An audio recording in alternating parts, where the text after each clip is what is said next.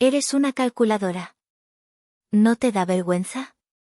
Esas fueron las últimas palabras que mi padre, Silvestre, me escupió antes de azotar la puerta de mi departamento. La puerta de mi departamento. Ese que compré con 3 años de ahorros, trabajando 70 horas a la semana como ingeniera de datos, mientras mi hermana Belén, mientras Belén era Belén. Pero déjenme rebobinar la cinta. Empecemos por el principio de esa noche. Era domingo. El domingo de cena familiar obligatoria, en mi casa. Desde que me mudé a mi propio lugar en la colonia Roma, mi madre Jacinta había insistido en que esta era la nueva tradición. La verdad es que era una excusa para inspeccionar mi vida y encontrar nuevas formas de hacerme sentir culpable por tenerla. Llegaron a las 7. Mi padre, Silvestre, entró primero, con esa mirada perpetua de quien huele algo feo. Mi madre, Jacinta, venía detrás, cargando una cacerola. Y al final, como siempre, venía la princesa, mi hermana menor, Belén, de 24 años, revisando su reflejo en la pantalla apagada de su iPhone. «Mija, te traje los chilaquiles que tanto le gustan a tu hermana», dijo Jacinta, pasando de largo hacia mi cocina sin saludarme. «Gracias, ma. Sabes que soy alérgica a la crema, pero gracias», respondí con una sonrisa apretada. «Ay, siempre tan delicada», murmuró, poniendo los ojos en blanco. La cena fue tensa. Era un monólogo de Belén sobre su prometido, Leopoldo, y lo increíble que era su familia. Ellos eran, de dinero, como mi madre no se cansaba de repetir. Gente con haciendas en el Bajío. Gente que, según mi madre, no podía ver que nuestra familia era normal. Yo, Delfina, de 28 años, intenté cambiar de tema. Quería compartir algo. Oigan, hablando de trabajo, quería contarles. El viernes me confirmaron. Me acaban de ascender a gerente de proyecto en la empresa. Silvestre resopló. Belén bostezó, literalmente. Mi madre Jacinta fue la única que reaccionó. «Ay, qué bueno, mija». «Qué bueno», dijo, mientras le servía más pollo a Belén. «Ahora, algo importante. Belén, diles, mi amor. Diles las noticias». Belén sonrió, levantando la mano para mostrar el anillo de diamantes que yo ya había visto 100 veces en Instagram. «Nos casamos en 4 meses. Y encontramos el lugar perfecto. Una hacienda en San Miguel de Allende. Se llama La Soledad. Es un sueño, Delphi, tienes que ver las fotos». «Felicidades, Belén». «Eso es genial», dije, tratando de sonar sincera. «Sí», intervino mi padre, limpiándose el bigote. «Es genial. Y es caro». Sentí un nudo frío en el estómago. Ya sabía a dónde iba esto. «Mija», empezó mi madre Jacinta, poniendo su mano sobre la mía. Su piel estaba fría. «La familia de Leopoldo es, de mucho nivel. Tienen haciendas, Delfina. No podemos, bajo ninguna circunstancia, quedar mal. Belén merece una boda que demuestre nuestra altura. Que vean que no somos unos muertos de hambre». «¿Y eso qué tiene que ver conmigo?», pregunté, aunque ya sabía la respuesta. Silvestre carraspeó. «Necesitamos 300.000 pesos. Para los depósitos. Tienen que pagarse esta semana o pierden la fecha». 300.000 pesos. $300,000.00 MXN. Solté una risa. Fue un sonido seco, incrédulo. ¿300.000? Están bromeando, ¿verdad? Mamá, esos son todos mis ahorros. Literalmente, todo lo que he ahorrado en 3 años de trabajo. El rostro de Belén se descompuso, pero no en tristeza. En rabia. Voy a quedar en ridículo. Leopoldo va a pensar que mi familia es pobre. Delfina, no me quieres. Siempre has sido así. Belén, eso no es justo, dije, mi voz empezando a temblar. Ustedes dos trabajan. Leopoldo tiene un buen puesto. Si no les alcanza para una boda de destino, hagan una boda más pequeña. Aquí en la ciudad. Yo no voy a pagar por eso. El silencio fue total. Mi madre Jacinta retiró su mano de la mía como si yo la hubiera quemado. Mi padre Silvestre se levantó de la mesa tan rápido que su silla rechinó contra el piso de madera. Su cara estaba roja. Calculadora. La palabra explotó en la habitación. Eres una maldita calculadora. ¿No te da vergüenza ser tan miserable con tu propia hermana? Tanto estudiar y tanto trabajo para volverte una egoísta de mierda. ¿De qué sirve tu ascenso si no puedes ayudar a tu familia? Me quedé helada. Las lágrimas me picaban en los ojos, pero me negué a llorar. No es ser calculadora, papá. Es ser justa. Es mi dinero. Tu dinero, se burló. En esta familia no existe tu dinero. Existe nuestro dinero. Silvestre, vámonos, dijo mi madre, levantándose con una dignidad falsa. Agarró su cacerola vacía. No podemos hablar con ella. Tiene el corazón de piedra. Belén me miró con un desprecio que nunca había visto. Arruinaste mi noche, Delfina. Ojalá estés feliz. Los tres caminaron hacia la puerta. Yo no me moví. Cuando mi padre la abrió, se volvió hacia mí una última vez. Calculadora. ¿No te da vergüenza? Y azotó la puerta. Me quedé sola en mi sala, con los platos sucios y el eco de esa palabra rebotando en las paredes de mi departamento. Calculadora. Lo que no sabía en ese momento es que ellos no habían aceptado mi no. Solo habían decidido cambiar de estrategia. Mi madre se detuvo un segundo en el pasillo, fuera de mi vista, y me lanzó una mirada helada que no vi. Te vas a arrepentir de esto, Delfina. Y vaya que tenían un plan para que me arrepintiera. Me serví un vaso de agua. Mis manos temblaban.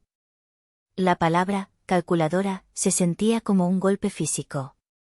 Siempre había sido yo la calculadora, la fría, la que solo piensa en sí misma. ¿Por qué? Porque yo era la única que recordaba. Mi vida era un museo de sus injusticias, y esa noche, todas las exhibiciones estaban iluminadas. Caminé por el pasillo de mi memoria. Tenía 18 años. Había conseguido entrar al TEC de Monterrey, Campus Santa Fe, con una beca de excelencia del 70% para ingeniería de datos. El 30% restante seguía siendo una fortuna. Mis padres estaban decepcionados. Ingeniería, mija, me dijo mi madre Jacinta, sin levantar la vista de la telenovela. ¿Eso qué? No había contabilidad o algo de mujer. Pero es el TEC, mamá. Es la mejor. No tenemos dinero para esas payasadas, me cortó mi padre Silvestre. Si quieres estudiar esa cosa rara, vete a la UNAM. Es gratis. O ponte a trabajar. Tuve que hacerlo. Saqué un crédito educativo que tardaría 10 años en pagar. Trabajaba de noche en un call center y estudiaba de día. A mi graduación, no fueron. Dijeron que les quedaba muy lejos y que Belén tenía un partido de voleibol ese mismo día. 2 años después, Belén cumplió 18. Anunció que no quería ir a la universidad. Quería ser influencer de moda. Tiene tanto talento, exclamaba mi madre a todas sus amigas. Es tan creativa. Necesitaba equipo. Mis padres sacaron un préstamo.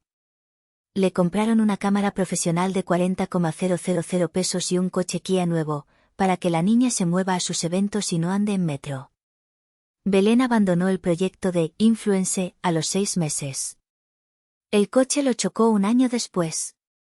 La cámara, creo que está en una caja, juntando polvo.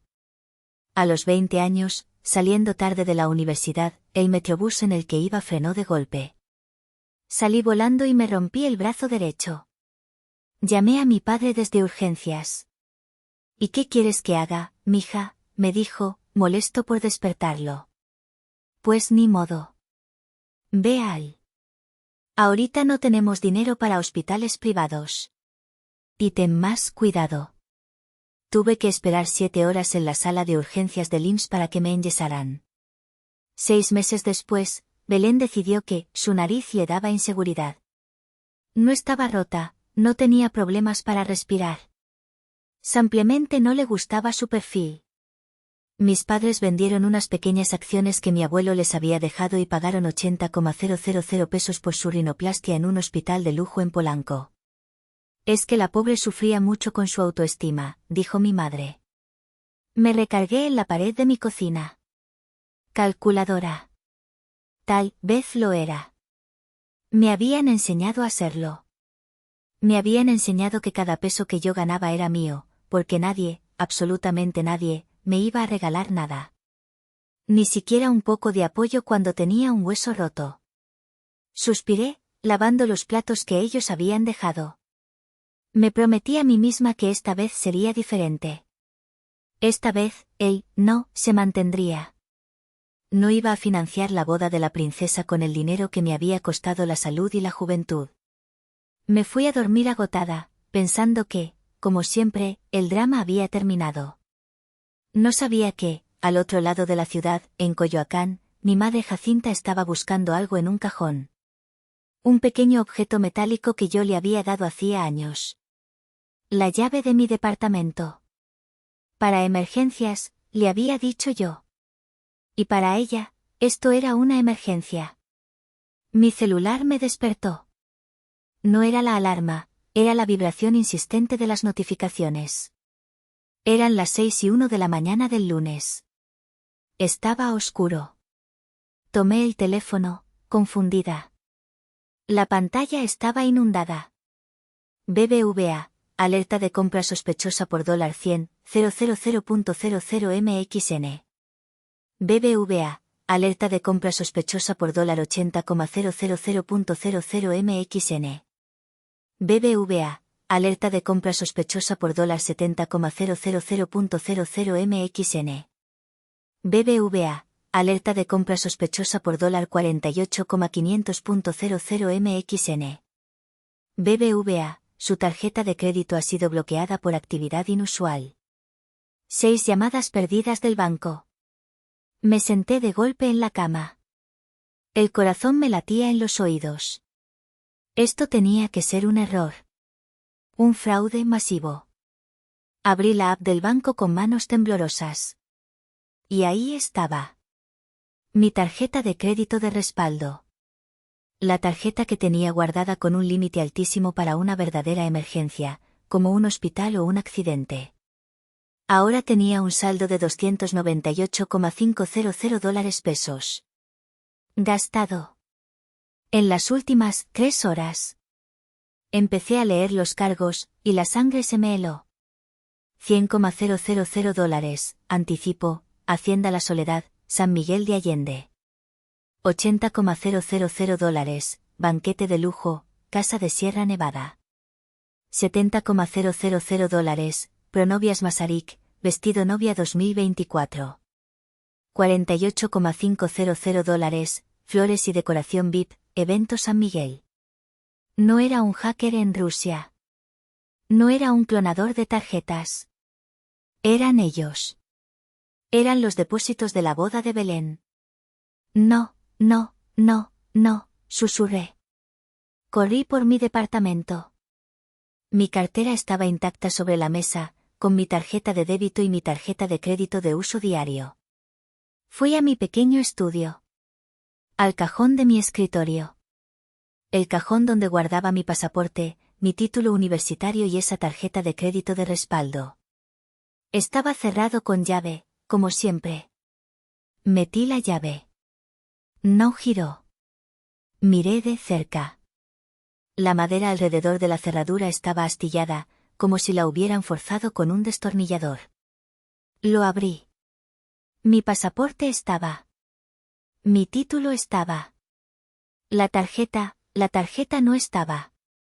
Y entonces, la epifanía me golpeó como un tren. Te vas a arrepentir de esto. La llave. Mi madre, Jacinta, tenía una llave de mi departamento. Habían esperado a que me durmiera. Habían venido en mitad de la noche. Habían entrado a mi casa mientras yo dormía a pocos metros, habían forzado el cajón de mi escritorio y habían robado mi tarjeta. Y luego, habían hecho una maratón de compras en línea para la boda de sus sueños. La violación del espacio. La traición. El descaro. No estaba enojada. Estaba, en shock. Era un nivel de maldad que mi mente, calculadora, no podía procesar. Me senté en el suelo de mi estudio. Y me quedé ahí, mirando el cajón vacío, mientras el sol empezaba a salir por la ventana, iluminando la escena del crimen. Parte 2. La confesión descarada. Pasé una hora en un estado de parálisis. Luego, el shock se convirtió en algo más. En un hielo. Un hielo afilado que me llenó las venas. Marqué el número de mi madre. Mis manos ya no temblaban. Sonó una vez. 2 veces. Contestó. Bueno, dijo Jacinta. Su voz era alegre. Se oía ruido de fondo, como si estuviera picando algo en la cocina. El sonido de un cuchillo contra una tabla de cortar. Entraste a mi casa, dije. Mi voz salió plana, sin emoción. Silencio al otro lado. El picar se detuvo. Robaste mi tarjeta de crédito. Gastaste casi 300.000 pesos. Escuché un suspiro. Un suspiro de fastidio. Como si yo la estuviera molestando con una tontería. Ay, Delfina, por el amor de Dios. No seas tan dramática, dijo. Su voz era tranquila, escalofriantemente tranquila. No robé nada. Resolví un problema. Belén estaba histérica, ¿sabes? Tenía que pagar los anticipos hoy antes de las 10 de la mañana o perdía la hacienda y el banquete. Como te pones de calculadora y egoísta, tuve que actuar. ¿Tuviste que actuar? Repetí, incrédula. Mamá, eso es un delito. Entraste a mi casa como una ladrona. Forzaste mis muebles. Tonterías. Era una emergencia familiar. Además, es tu hermana. ¿Qué más da tu dinero si ella es feliz? Es fraude, mamá. Es mi crédito. Cancela todo ahora mismo. Devuelve esos cargos. Y entonces, se rió. Una risa corta, seca. ¿Cancelar? Mija, por favor. Son depósitos no reembolsables. Ya está hecho. Ya agradécemelo después, cuando veas qué bonita se ve tu hermana vestida de blanco. En lugar de quejarte, deberías estar feliz de contribuir. Voy a llamar al banco. Voy a reportar esto como fraude. Pues llámales, dijo, retándome. Diles que fue tu madre. ¿Y luego qué, eh? ¿Vas a llamar a la patrulla? ¿Vas a meter a tu propia madre a la cárcel? ¿Tú, Delfina? No me hagas reír. Sabes que no tienes las agallas. Me colgó. Me quedé mirando el teléfono. Tenía razón. Creía que no tenía las agallas.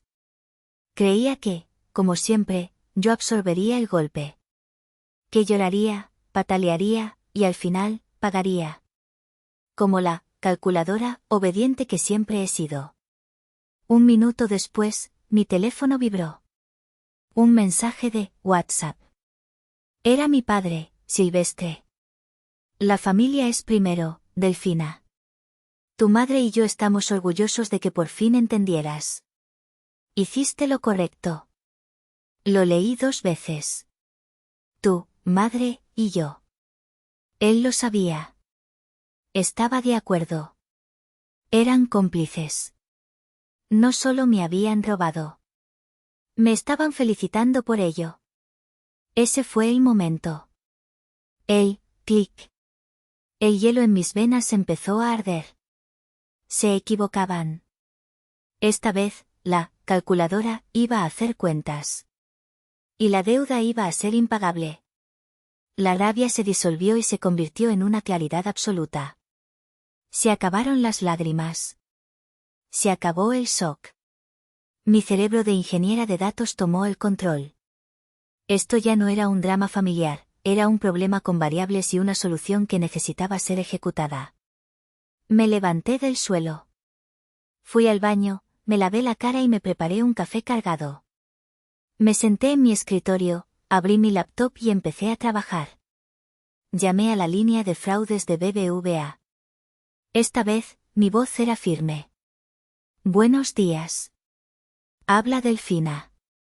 Quiero reportar una serie de cargos fraudulentos en mi tarjeta con terminación 4022. Los cargos fueron hechos anoche. Y sé exactamente quién fue. El ejecutivo del banco se puso nervioso. Señorita, si fue un familiar, eso complica. No fue un familiar, lo interrumpí. Fue un robo. Una persona entró a mi domicilio sin permiso, forzó un mueble y robó mi tarjeta. Tengo la intención de levantar un acta de denuncia ante el Ministerio Público hoy mismo. El tono del ejecutivo cambió. Entendido, señorita Delfina. Procederemos a la investigación. La tarjeta está bloqueada. Necesitaremos esa acta de denuncia lo antes posible para disputar los cargos. Colgué. Llamé al intercomunicador del administrador del edificio, don Luis. Don Luis, buenos días, habla Delfina del 702. Voy a necesitar un favor enorme. Necesito una copia de las grabaciones de seguridad del lobby y del elevador. Específicamente, de anoche, entre las 2 de la madrugada y las 4 de la madrugada. ¿Todo bien, señorita? ¿Pasó algo? Un asunto de seguridad. Alguien forzó la entrada de mi departamento. Mentí sobre lo de forzar la entrada, para que se lo tomara en serio. Estoy por ir al Ministerio Público. No me diga. Claro que sí, señorita. En una hora le tengo los archivos en una USB. Llamé a mi mejor amigo y colega, Horacio. Él era la única persona en mi vida que conocía el Museo del Dolor completo. Horacio, dije, en cuanto contestó. Delphi, ¿qué pasa? ¿Suenas? Me robaron. Mis padres. Se hizo un silencio. ¿Qué? Le conté todo. Rápido. Los $300,000. La llave. La llamada con mi madre. Hijos de, dijo Horacio. Güey, no te dejes. No esta vez. ¿Qué vas a hacer? Voy a la policía. Pero antes, ¿recuerdas ese abogado, el tiburón, del que me hablaste? El que llevó el divorcio de tu prima. El licenciado Bravo. Sí. Es un cabrón. Es caro, pero es un tiburón. Te consigo su número ahora mismo. Mientras Horacio buscaba el número, hice una última llamada. Al licenciado Morales. Un hombre mayor, amable, que había sido el albacea, ejecutor, de mi abuelo, don Macario. Mi abuelo Macario, el padre de mi madre, había sido el único en la familia que siempre me vio. El único que me felicitó por entrar al TEC. Usted sí salió lista, mija. No como otros, dijo una vez, mirando a Jacinta. Licenciado Morales, habla Delfina. ¿Cómo está? Bien, gracias. Licenciado, necesito una copia certificada y completa del fideicomiso que dejó mi abuelo Macario. ¿El de la casa de Coyoacán? Sí, exactamente. Necesito que me la envíe hoy, si es posible. Sí, es urgente. Especialmente, necesito que resalte las cláusulas de castigo. Hubo una pausa. Señorita Delfina, ¿pasó algo? Pasó que la cláusula que mi abuelo escribió por si acaso, creo que está a punto de activarse. Colgué. Me vestí con mi mejor traje sastre. Me maquillé. Me recogí el cabello en un moño apretado. La calculadora estaba lista para ir a trabajar. La siguiente semana fue un infierno administrativo. Presenté la denuncia, la acta, en el Ministerio Público. El oficial que me atendió al principio estaba escéptico. ¿Su madre? ¿Está segura, señorita? Es un delito grave acusar a la familia. Estoy segura, dije, y puse la USB sobre el escritorio. Aquí tiene el vídeo de las 3:15 de la madrugada. Mi madre, Jacinta, entrando al edificio con su propia llave y saliendo 20 minutos después. Aquí están los registros de mi banco. ¿Y aquí? Puse mi celular en la mesa, con el altavoz. Está la grabación de la llamada de esta mañana donde ella lo confiesa todo. En México, es legal grabar tus propias llamadas. La cara del oficial cambió. Entendido. Procederemos. El MP citó a mis padres. Los proveedores de la boda fueron notificados de que los cargos estaban en disputa por fraude. El banco congeló los pagos.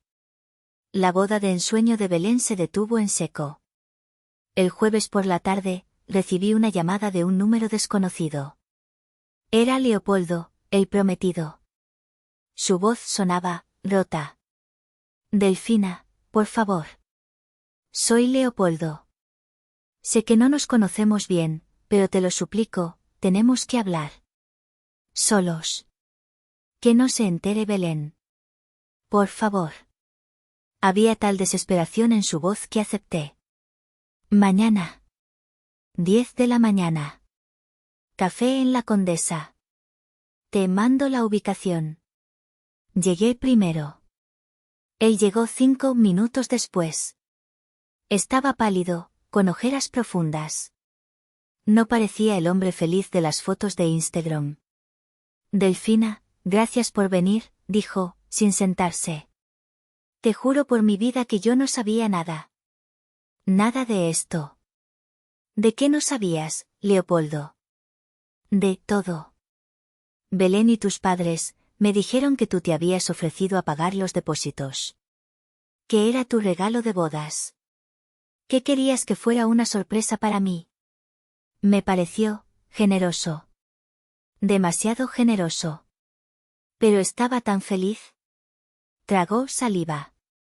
Ayer, la Hacienda, la Soledad, me llamó.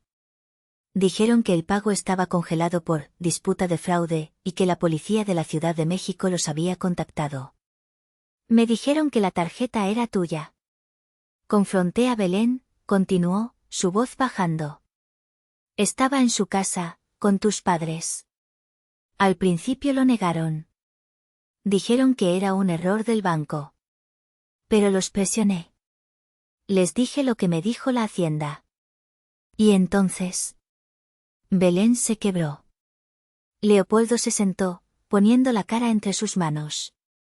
Fue horrible, Delfina. Tu madre Jacinta empezó a gritarme que yo no entendía, que era un asunto de familia. Tu padre Silvestre dijo que yo era un malagradecido. ¿Y Belén? Belén confesó todo. Aquí fue donde mi corazón se detuvo. Me gritó, dijo Leopoldo, levantando la vista, sus ojos llenos de incredulidad. Me gritó que sí, que lo habían planeado. Que tú eras una calculadora miserable y que te lo merecías. Y entonces dijo, es que no es justo. ¿Por qué Delfina tiene todo? El trabajo en la gran empresa, el departamento en la Roma. ¿Por qué ella tiene todo lo que yo debería tener? Y yo nada. Yo merecía esta boda más que ella.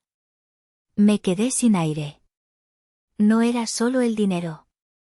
Era odio. Era envidia pura. Leopoldo metió la mano en su saco y sacó la caja de terciopelo del anillo de compromiso.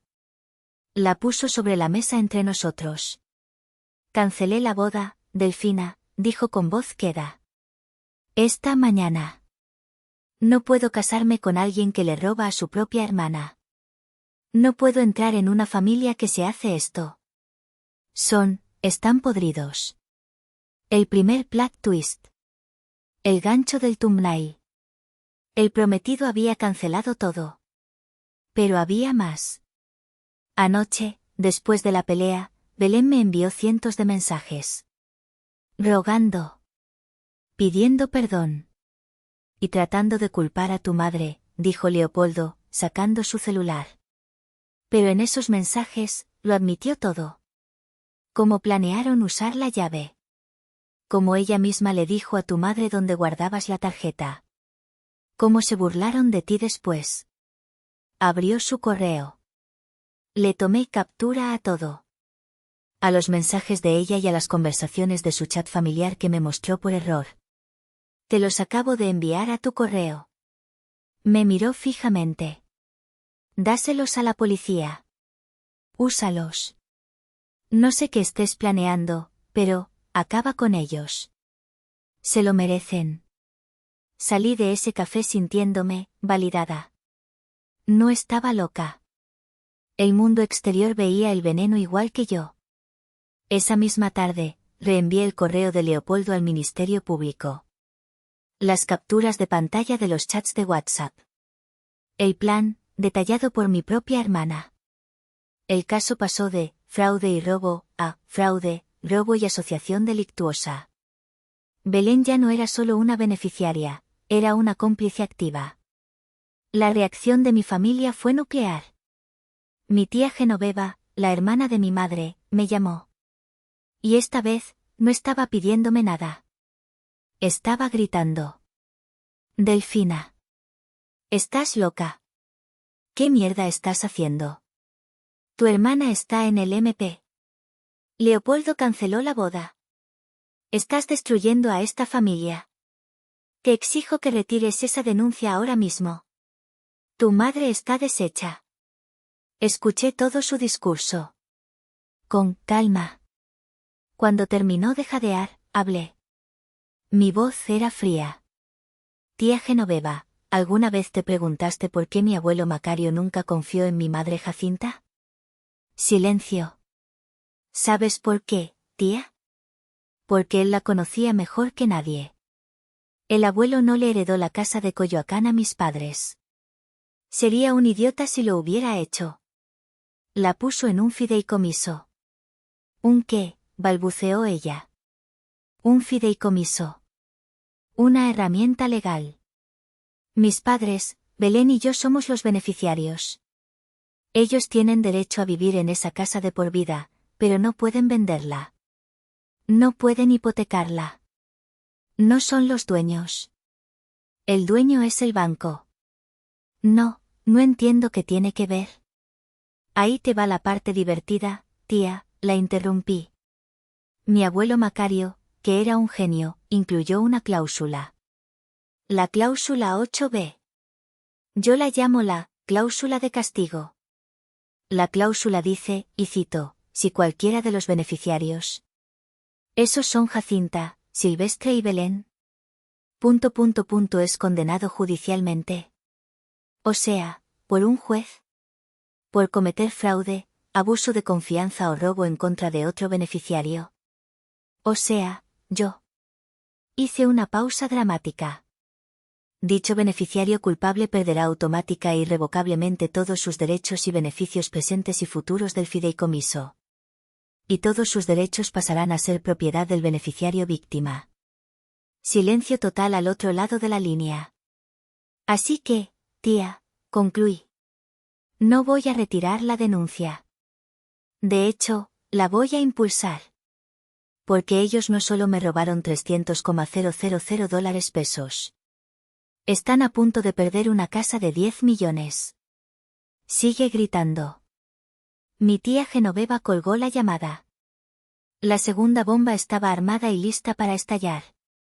El proceso legal fue rápido. Con las pruebas en vídeo, la confesión grabada de mi madre, y los mensajes de WhatsApp proporcionados por Leopoldo, el caso era una roca sólida. El abogado que mis padres contrataron les dijo que no tenían ninguna posibilidad en un juicio. Su única salida era un acuerdo de culpabilidad para evitar la cárcel, al ser su primer delito. El día de la audiencia llegó. El juzgado estaba pequeño y olía a madera vieja y desesperación. Yo me senté en la fila de atrás. Horacio estaba a mi lado, por apoyo. Leopoldo estaba 3 filas más adelante, solo. Había sido llamado como testigo, aunque al final no fue necesario. Y entonces entraron. Mi familia. Jacinta, Silvestre y Belén. Parecían haber envejecido 10 años en 3 semanas. El juez, un hombre serio, leyó los cargos. Fraude, robo, asociación delictuosa. ¿Cómo se declaran?, preguntó. El abogado de mis padres se levantó.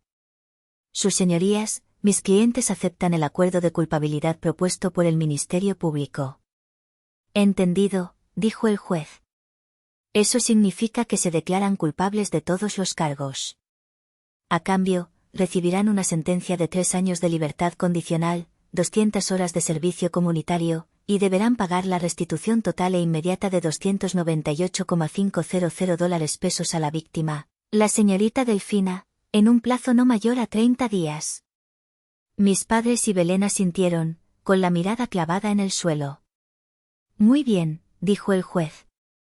Pero antes de aceptar su declaración, la ley requiere que hagan una alocución. Tienen que decirme, en sus propias palabras, qué fue lo que hicieron.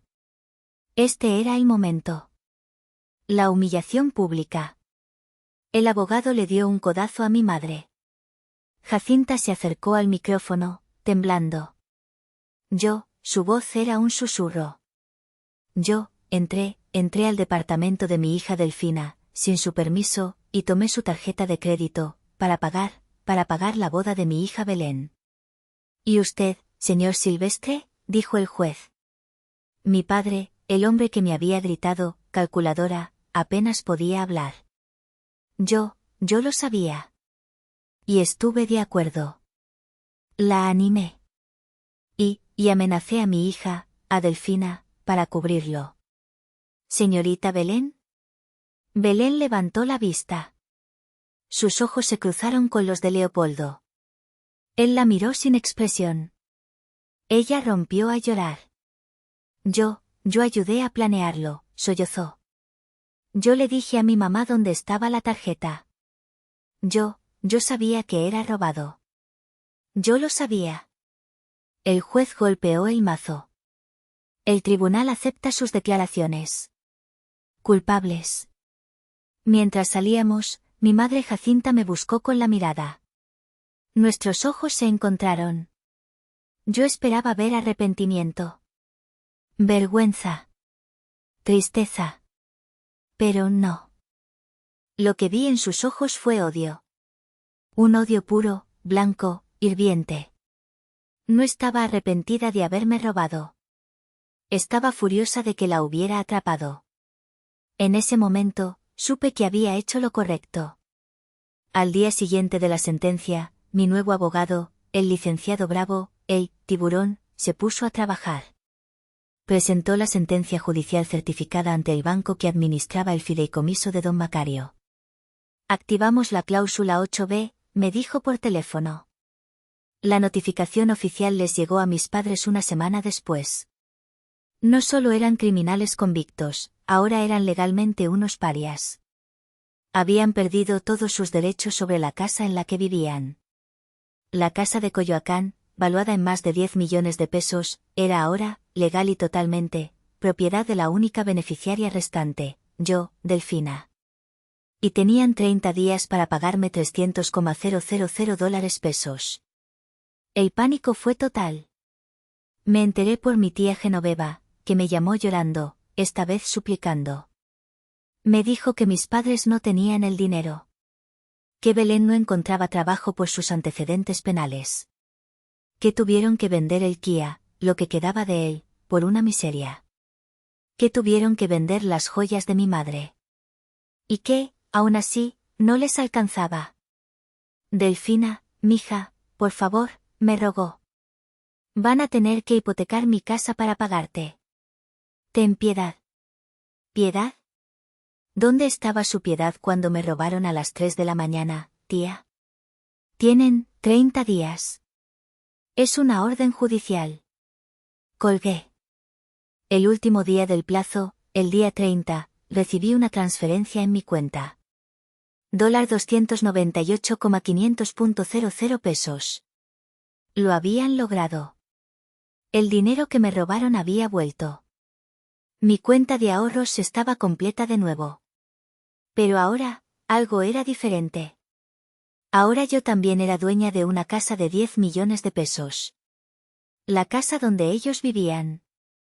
No los he echado. No todavía. Técnicamente, ahora son mis inquilinos. Inquilinos que no pagan renta. Anoche recibí un mensaje de mi madre Jacinta. Tu padre está enfermo. El estrés lo está matando. ¿Estás feliz? Destruiste a tu familia por dinero. Eres igualita a tu abuelo Macario. Un par de calculadores fríos. Me quedé mirando el mensaje. Calculadora. Tenían razón. Calculé exactamente cuánto valía su traición. Valía $298,500 pesos. Y una casa de 10 millones.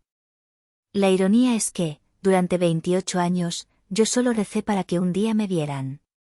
Que estuvieran orgullosos de mi ascenso, de mi departamento, de mí. Y ahora, finalmente me ven. Pero ya no ven a su hija. Solo ven a la dueña de la casa.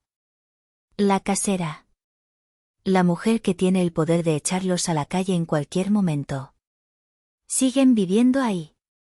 Y cada semana, mi padre Silvestre me envía un mensaje. Mija, necesitamos hablar. Lo que hiciste no fue de Dios. Tienes que perdonarnos. Tienes que firmar los papeles para regresarnos los derechos del fideicomiso. Al fin y al cabo, somos familia. Neta. ¿Soy la mala aquí? Gracias por escuchar esta historia en... Si alguna vez te han llamado, calculador, por proteger lo que es tuyo, cuéntamelo en los comentarios, y no olvides suscribirte.